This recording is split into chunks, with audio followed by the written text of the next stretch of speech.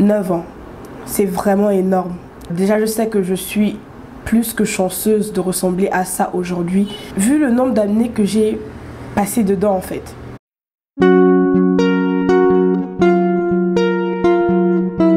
Coucou tout le monde, hello la famille, j'espère que vous allez bien. Je m'appelle Tracy Meuds, bienvenue au nouveau. Welcome back pour les anciens, merci d'être là. Dans le cadre du mouvement lancé par le 11 YouTube Gang pour le mois de octobre, j'ai décidé aujourd'hui de vous raconter mon histoire. Le mouvement lancé par le groupe, c'est à cœur ouvert. On va tous vous parler de nos complexes et vous pourrez mettre en commentaire quels sont les vôtres. On pourra vraiment en discuter. On va se retrouver le samedi prochain sur un live Instagram et 3 d'entre vous auront l'occasion de partager également leur histoire avec nous, parce que le but de ce mouvement, c'est vraiment d'échanger, de se libérer en fait, de faire le deuil de nos complexes. Vous aurez tous les détails du live au cours de la semaine, donc n'hésitez pas à vous abonner à mon compte Instagram, c'est juste là, Tracy Meuds.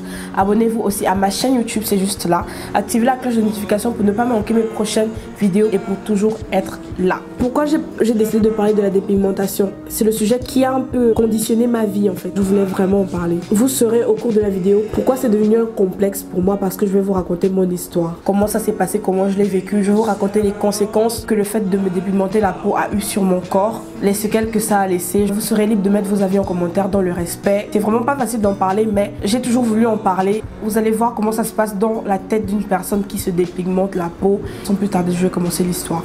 Je me suis dépigmenté la peau. Comme on dit au Gabon, j'ai fait le Kwanzaa pendant 9 ans de ma vie. Je me suis dépigmenté la peau de 2009 à 2018. C'était en 2009, j'allais bientôt prendre 11 ans. J'avais une tante qui venait à peine de rentrer de la Côte d'Ivoire avec toute sa famille, mes cousines et mes cousins. Toutes les filles étaient plus grandes de moi, de 4 ans minimum en fait. J'étais super contente, je venais à peine de les connaître. Et en plus, ils revenaient de la Côte d'Ivoire. J'étais beaucoup admirative en fait, je voulais tout savoir, je voulais les connaître. Elles étaient très différentes, elles étaient pratiquement comme des Ivoiriennes, l'accent, la manière de parler. Ils étaient tous comme des Ivoiriens. Ils sont venus en 2007 au Gabon et en 2009, je suis allée passer les vacances chez eux. C'était avant de commencer mon année de 6e. Elles étaient très coquettes et je les trouvais super belles. Donc moi, étant curieuse en fait, j'ai commencé à observer ce qu'elles faisaient et tout. J'ai commencé à m'intéresser à leur routine de beauté parce que pour moi c'était des exemples, je les trouvais vraiment très belles. Je n'y connaissais rien à tout ce qui est entretien de la peau, je n'avais que 10 ans. Donc j'ai commencé à m'intéresser à ce qu'elles utilisaient pour être belles comme elles, en fait, coquettes comme elles. Ce que j'avais commencé à faire pour leur ressembler, c'est de temps en temps lorsque je pars à la douche, je prenais leur savonnette, je prenais leur pommade pour l'utiliser en fait. Parce que j'avais lu sur les produits que c'était écrit produits éclaircissants. Et j'aimais bien leur teint. Par exemple, une fois par semaine ou 2 fois par semaine, je me douchais avec leur savonnette. J'utilisais leur pommade pour le corps. C'est comme ça que ça a commencé sans même que je ne sois consciente de ce qui se passait. Lorsque je rentre des vacances, lorsque je rentre à la maison, ma mère me voit, elle me dit: ah mais tu as un joli teint, tu as un teint propre, qu'est-ce que tu utilisais là-bas? Effectivement, ça m'avait fait partir les taches. Vous savez que quand on est enfant, on joue, on se blesse, on se cogne, etc. Donc j'étais revenue à la maison, je n'avais presque plus de taches sur le corps. Ma mère a trouvé que j'étais revenue avec un teint clean. Du coup, elle m'a proposé qu'on aille au marché plus tard pour qu'on retrouve la même crème que j'utilisais. Quelques jours plus tard, on est parti au marché, on a retrouvé la crème exacte que mes cousines utilisaient. Donc c'est comme ça que j'ai commencé à utiliser des produits éclaircissants. C'était une pommade en fait, c'était clairement écrit crème éclaircissante en fait. Donc voilà, j'ai commencé la 6e, je me dépigmentais déjà la peau, sans même savoir que ça s'appelait dépigmentation, sans même savoir tout ce qu'il y a autour en fait. J'ai toujours été claire en fait et je pense que c'est ça qui nous a mis dans le faux, on va dire. Au bout de 2 semaines d'utilisation, c'est clair que ma peau n'était plus pareille. Donc pour moi à ce moment-là, ma peau était propre, on va dire. J'ai commencé à aller au collège. Alors le collège, tous ceux qui m'ont connue au collège, au lycée, m'ont connue en tant qu'une fille claire. Très claire. Au bout de 2 semaines, 3 semaines, j'étais en récréation. À la cour de récré, je jouais avec une fille qui était plus grande que moi. Et out of nowhere, juste comme ça, elle s'est arrêtée. Elle m'a dit: Tracy, tu frottes, hein, ça c'est quoi? Pourquoi tu es beaucoup clair comme ça, tu frottes? Et je ne vous dis pas à quel point ça m'a touchée, ça m'a blessée qu'elle me dise ça en fait. C'est drôle d'y penser, mais ça m'a vraiment blessée qu'elle me dise que je frotte en fait. Je me rappelle que ce jour-là, je suis rentrée à la maison en pleurs. Enfin, j'étais vraiment très triste et j'ai trouvé ma mère dans la maison. Elle travaillait. Elle m'a vu triste, elle m'a dit: qu'est-ce qu'il y a? Je lui ai dit: maman, il y a une fille aujourd'hui à l'école qui m'a dit que je frotte, que je fais le Kwanzaa. Elle m'a dit ça me rend triste. Et ma mère m'a dit: Tracy, tu penses que je peux te laisser faire le Kwanzaa? Je ne peux pas te laisser faire le Kwanzaa, je ne peux pas te laisser faire des choses comme ça. Faire le Kwanzaa, c'est mélanger des produits pour avoir un teint qui n'est pas le tien. toi tu es clair de base, la crème que tu utilises, ça te nettoie juste le teint, c'est tout. Tu ne fais pas le Kwanzaa. Lorsque ma mère m'a dit ça, ça m'a vraiment réconfortée en fait. Et je tiens aussi à dire que ma mère nous interdisait d'être trop coquette en fait. Pour elle en fait, faire le Kwanzaa, c'était juste mélanger des produits pour avoir un teint plus clair. Alors que moi j'étais déjà claire, donc je ne faisais pas le Kwanzaa. J'utilisais juste une crème simple éclaircissante. Et une crème éclaircissante ne fait pas de mal. Les années ont passé, 6e, 5e, 4e, 3e, seconde, première, terminale. En terminale, j'ai eu un gros problème de peau. J'avais des choses qui me sortaient sur le corps. C'était comme une sorte de varicelle, mais j'avais déjà eu la varicelle quand j'étais petite, donc c'était pas ça. C'était pas contagieux, ça ne me faisait pas gratter, rien du tout. J'avais juste ça sur tout le corps. Tout le monde était paniqué, j'étais paniquée moi-même à la maison. On a décidé de m'emmener chez un dermatologue. Et arrivé là-bas, il me dit que c'est le stress du bac en fait. C'est mon cerveau qui fait ça en fait. Ça dégage un truc à cause du stress que j'ai du bac, le fait de tout le temps penser au bac, ça joue sur mon cerveau. Et c'est ce qui cause tout ce que j'avais sur le corps en fait. Il m'a fait une ordonnance de produits, d'un gel de douche à utiliser, etc. Et je devais tout acheter en pharmacie. Lorsque j'ai commencé à utiliser ces produits-là, même pas 3 jours d'utilisation et je voyais déjà les résultats. C'est-à-dire que ce que j'avais sur tout mon corps partait en fait. Et je vous assure que j'avais aimé ces produits, ils sentaient bon. Je me sentais vraiment bien lorsque je les prenais à la douche et tout et tout. La sensation que ça procurait à mon corps, j'aimais tellement ça que j'avais décidé d'en racheter lorsque ces produits pharmaceutiques allaient finir en fait. Au bout d'une semaine, je n'avais plus rien sur le corps et je voulais continuer l'utilisation. Le problème c'est que on avait des vacances, j'ai commencé à utiliser ces produits-là pendant cette petite période de 1 semaine qu'on avait des vacances. Et lorsque je suis repartie au lycée, une de mes amies proches de l'époque a commencé à me taquiner en fait. Tout le monde avait remarqué que j'avais noirci. Moi-même je ne l'avais pas remarqué, mais franchement à cette période-là j'aimais beaucoup ma couleur de peau. Je trouvais que c'était caramélisé, je trouvais que c'était très beau en fait. Je trouvais vraiment ma couleur de peau belle. Je me rappelle qu'on était en cours de PS comme ça. Elle a commencé à me dire: oh Tracy, tu as noirci hein. Elle s'était mise à me titiller, elle m'appelait B-Black. Vous connaissez la chaîne de télé là, B-Black? Elle m'appelait comme ça. Ça faisait rire et tout, elle rigolait. Mais moi, je rigolais bien sûr parce que de base, je suis quelqu'un qui aime taquiner les gens, me foutre de mes amis et tout. Donc lorsqu'elle me disait ça, ça me dérangeait dans le sens où ça montrait un changement aux autres en fait. Et c'est ce changement-là que j'ai eu du mal à accepter. Et franchement, ça m'embarrassait. Je ne lui disais pas ça bien sûr. Mais ça m'a fait directement repartir, utiliser les mêmes produits, la même crème éclaircissante que j'ai toujours utilisée pendant pratiquement toute ma vie en fait. Et au bout d'une semaine encore, mon teint avait énormément changé. J'avais énormément clairci. Je tiens aussi à préciser que pourquoi je l'ai utilisé pendant toutes ces années, c'est parce que ça ne m'avait jamais sorti. Vous savez, les bagues, j'avais un teint uniforme en fait, tout était nickel. Je n'avais pas de bague, j'avais aucune tache, j'avais rien. Donc, j'ai eu mon bac. Avant d'arriver au Maroc, je me rappelle que j'étais en train de faire mes valises avec ma mère et mes soeurs. Elles ont dit: Tracy, on va t'acheter plein de crèmes, on va te faire un petit stock de crèmes. On ne sait pas s'ils ont des produits adaptés à nos peaux là-bas au Maroc, on ne sait pas. Et je me rappelle que ce jour-là, j'avais déjà cette sensation de vouloir changer de vie en fait. Mais je ne savais pas encore comment ma vie allait changer. Je me rappelle que je ne voulais pas avoir le même mode de vie au Maroc. Mais je ne savais pas exactement de quel mode de vie je parlais. Et du coup, j'ai répondu à ma mère: non, c'est bon, je vais aller trouver d'autres produits là-bas. Je vais m'adapter. J'ai voyagé comme ça, j'ai juste pris le reste de la pommade dans le pot et j'ai voyagé avec. Lorsque j'arrive au Maroc, la première chose qui a commencé à me sortir au visage, c'est des boutons. J'avais plein de boutons. Déjà que j'avais une peau très acnéique, j'ai eu l'acné pendant tout le lycée. Mais les boutons qui me sont sortis au visage n'étaient pas les mêmes boutons que j'avais toujours. C'était plus des boutons comme une irritation en fait. 2e jour, 3e jour, j'ai commencé à avoir les bagues aux doigts. Oui, mes doigts là. Alors que j'utilisais le même produit que j'ai toujours utilisé toute ma vie. Et j'avais jamais eu de bague. Donc pendant ma première année au Maroc, j'ai eu ce problème là. J'avais des bagues, c'est-à-dire que c'était noir ici. J'avais des boutons. Avant l'été, puisque ma crème était finie et que moi, en grandissant, je n'ai pas appris à entretenir ma peau en fait. J'ai appelé ma mère, je lui ai demandé des conseils sur ce que je pouvais utiliser et je lui ai parlé des bagues et des boutons et tout. Elle m'a dit d'aller dans des salons s'il y a des noirs qui vendent des produits ici, s'il y a des produits similaires à ceux qu'on a au pays. Du coup, je cherchais des salons afro et eux, c'est clair qu'ils en ont. Ils vendent des produits éclaircissants. Donc j'avais trouvé une crème là-bas et même juste à vue d'eux, je savais bien que la crème là était trop forte comparée à celle que j'utilisais au pays. J'avais essayé de lire un peu les ingrédients, plein de trucs et tout, mais je l'ai utilisé parce que c'est celle que j'ai trouvé en fait. Donc j'utilisais ce nouveau produit que j'avais trouvé ici au Maroc et je commençais à recevoir des remarques de certaines personnes. Vous savez, les personnes qui ne se gênent pas de faire des remarques, qui se foutent de si ça te gêne, si c'est gentil, si c'est gentiment dit ou pas, sur mon teint, sur la manière dont ma couleur de peau se fait voir.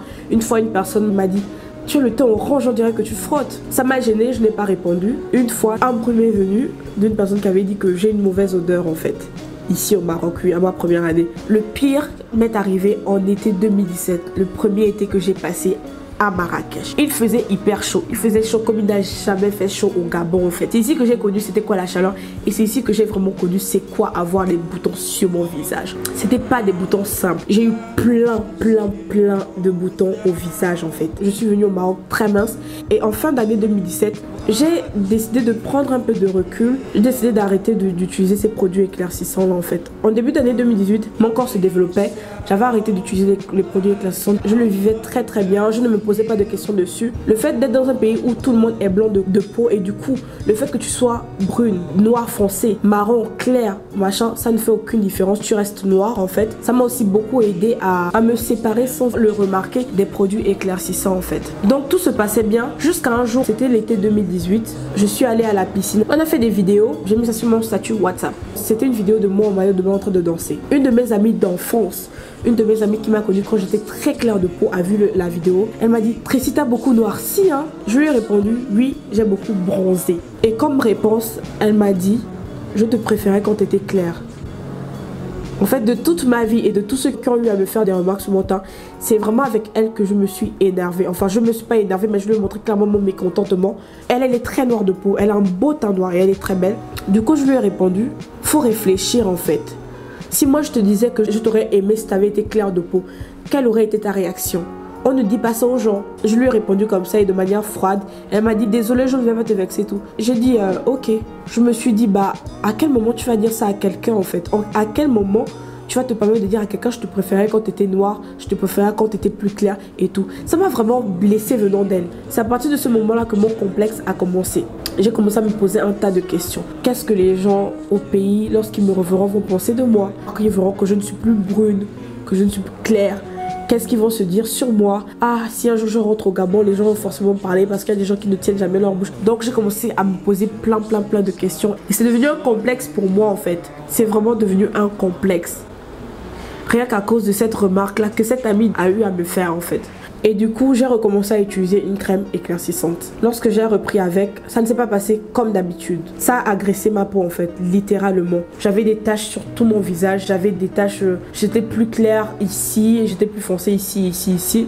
Et en fait, c'est vraiment là que je me suis rendu compte que ça n'allait pas du tout. Ma peau n'était plus la même, je n'étais plus la même. Et aussi, j'étais bien entourée. Du coup, grâce à mon entourage à ce moment-là et à l'amour que je recevais, j'ai décidé juste un jour d'arrêter en fait. C'est dans la même période que j'ai commencé à me maquiller en fait, à faire le make-up et tout. Et le fait de me maquiller, le fait d'avoir une activité, le fait de m'intéresser à quelque chose et le fait qu'il y ait quelque chose qui m'occupe m'a fait vraiment beaucoup de bien et m'a redonné petit à petit confiance en moi. Le fait d'avoir tout le temps mes soeurs, mes amis qui me disent c'est beau, tu fais ça trop bien, et le fait de créer du contenu sur les réseaux a fait en sorte que des gens m'écrivent et me fasse plein de compliments, et ça m'a vraiment beaucoup aidé psychologiquement en fait. Donc à partir de 2018, je me suis vraiment concentrée sur le make-up. C'est vraiment ça qui m'a fait passer à autre chose en fait. Plus je créais du contenu et m'affichais sur les réseaux, plus les gens me complimentaient alors que je n'étais plus brune. Vous voyez ce que je veux dire?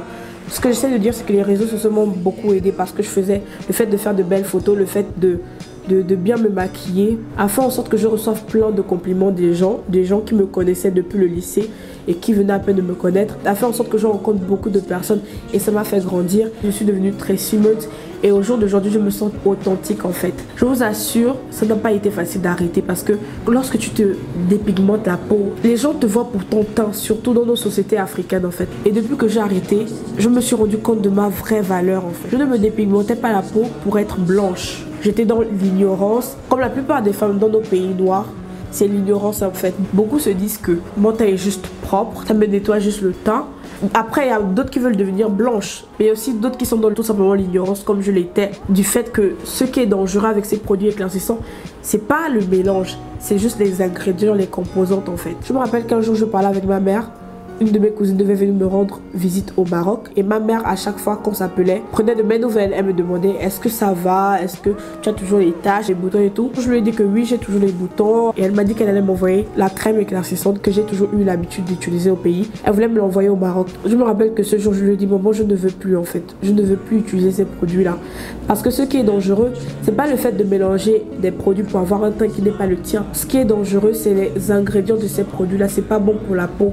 Et moi, je n'ai plus envie de dépendre de ces produits-là pour me sentir bien en fait. Je n'ai plus envie. J'ai un peu dit à ma mère tout ce que j'ai appris en étant au Maroc, en faisant les recherches sur les produits éclaircissants et tout. Parce que oui, pendant la période où j'étais complexée et que ça n'allait pas, je tombais sur des vidéos sur YouTube qui m'en apprenaient beaucoup. Et ce jour-là, j'ai un peu transmis tout ce que j'avais appris à ma mère et elle n'a pas insisté. Elle a directement compris, elle a dit d'accord. Se dépigmenter la peau est comme une drogue, vous n'avez pas aidé en fait. Ce qui m'a aidé à arrêter la dépigmentation, ce qui m'a aidé à arrêter le Kwanzaa, comme on l'appelle au Gabon, c'est pas les critiques des gens en fait, c'est pas l'indiscrétion des gens, c'est le fait que j'avais trouvé une passion, c'est le fait que j'avais trouvé quelque chose qui me plaît et c'est le fait de recevoir plein d'amour. J'ai connu quelqu'un, j'ai toujours été entourée des gens qui m'aimaient pour moi et je vous assure que même au jour d'aujourd'hui, mes meilleurs amis qui me connaissent depuis toujours ne m'ont jamais fait une remarque sur mon teint, ne m'ont jamais fait une remarque sur ma couleur de peau, sur le fait que j'ai pris par exemple du poids. Et c'est juste ça en fait, c'est comme ça que j'ai arrêté complètement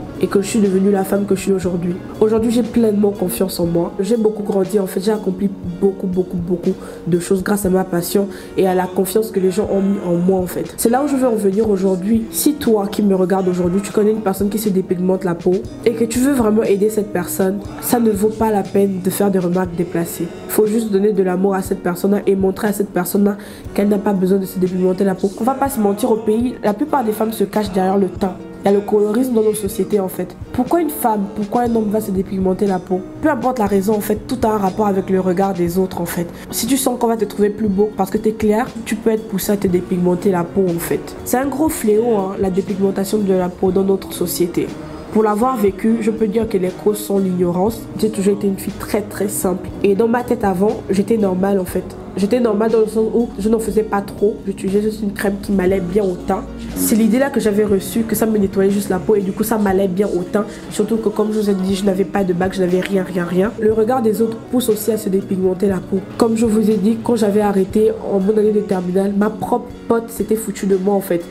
Même si je ne l'avais pas montré, ça m'avait touché et du coup j'avais repris à utiliser les mêmes produits. Pourtant je tiens à signaler que j'aimais beaucoup la manière dont mon teint était devenu, c'était vraiment caramel. Ces moqueries sans le savoir m'ont fait replonger à l'intérieur. C'est aussi le colorisme qu'il y a dans nos sociétés. Je ne sais pas tout le monde qui pense que les femmes plus claires de peau sont les plus belles. Mais c'est comme ça dans nos sociétés. En fait, quand tu es plus claire de peau, quand tu es métisse, etc., c'est toi la première personne qu'on voit dans une pièce. C'est toutes ces petites remarques que vous faites aux gens, ces phrases que vous dites aux gens qui poussent à tout ça en fait. Lorsque je me dépigmentais la peau, indirectement, inconsciemment, c'était à cause du regard des gens. Parce que j'ai vraiment eu aucun problème à arrêter depuis que je suis au Maroc en fait. Et quand c'est devenu un complexe, quand ma peau noire est devenue un complexe, c'était à cause d'une remarque que j'avais reçue de la part d'une amie proche à moi en fait. Le complexe naît du regard des autres. Concernant ma peau, depuis que j'ai arrêté, comme je vous l'ai dit, j'avais des bagues, j'avais des taches, mon visage n'était pas uniforme et tout. J'étais allée en pharmacie pour ça, bien sûr. J'avais demandé un produit qui enlève l'hyperpigmentation, donc je l'ai utilisé, c'était très efficace. Déjà mes bagues ont commencé à partir et je n'ai pas eu besoin de les utiliser 2 fois. C'est juste, j'ai fini un tube et après j'ai laissé le temps faire ces choses. Il m'a fallu en gros 1 an pour avoir le teint que j'ai aujourd'hui. J'ai aussi appris à entretenir ma peau avec le temps. J'ai appris qu'il fallait faire les soins de la peau, les gommages et tout. Tous ceux qui me rencontrent ne pourront jamais savoir que je me suis dépigmenté la peau un jour. Et juste pour ça, je suis tellement reconnaissante parce que pour avoir dépigmenté ma peau pendant toutes ces années là en fait, c'est juste un miracle que je sois comme ça aujourd'hui en fait.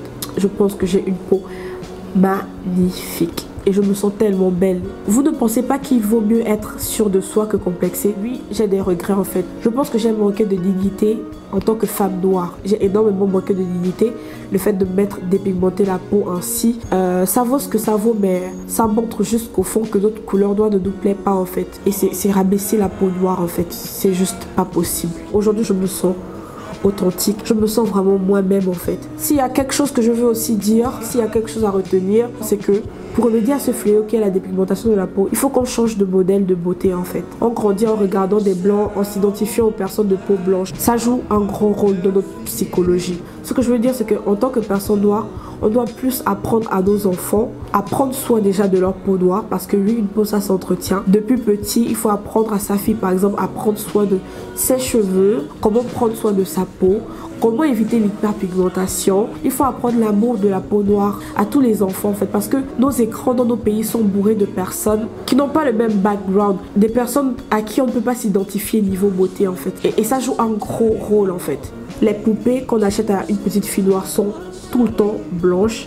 Ça joue aussi un grand rôle dans cette mentalité de colorisme. Et il faut aussi éviter les remarques déplacées, vouloir blesser les gens, faire des remarques sur la couleur de peau, le poids d'une personne, le teint. Si vous connaissez une personne qui se dépigmente la peau, donnez-lui de l'amour. Montrez juste à cette personne qu'elle n'a pas besoin de le faire, de se dépigmenter la peau, mais de la bonne façon. Parce qu'un complexe, le complexe d'une personne naît du regard des autres et pas de son propre regard en fait. Tout le monde ne demande juste qu'à être aimé et d'être accepté. C'était tout, c'était mon histoire. Si vous avez des questions, n'hésitez pas à mettre en commentaire ou à m'écrire sur mon Instagram. La dépigmentation de la peau est un gros fléau au Gabon, pour ne parler que de mon pays. Et ce sera vraiment un plaisir pour moi d'aider tous ceux qui ont ce complexe-là à en finir avec ce complexe. Laissez un gros pouce bleu pour cette vidéo si ça vous a aidé. Partagez à une personne qui a besoin de regarder cette vidéo. Si vous connaissez quelqu'un qui lutte avec un complexe lié à sa couleur de peau. Et surtout, n'oubliez pas de donner de l'amour à ceux qui vous entourent. N'oubliez pas d'aller regarder les vidéos de mes amis youtubeurs. Tout est en barre d'infos et voilà. Bisous les gars. Je vous dis à très bientôt pour une prochaine vidéo. Et d'ici là, portez-vous très bien.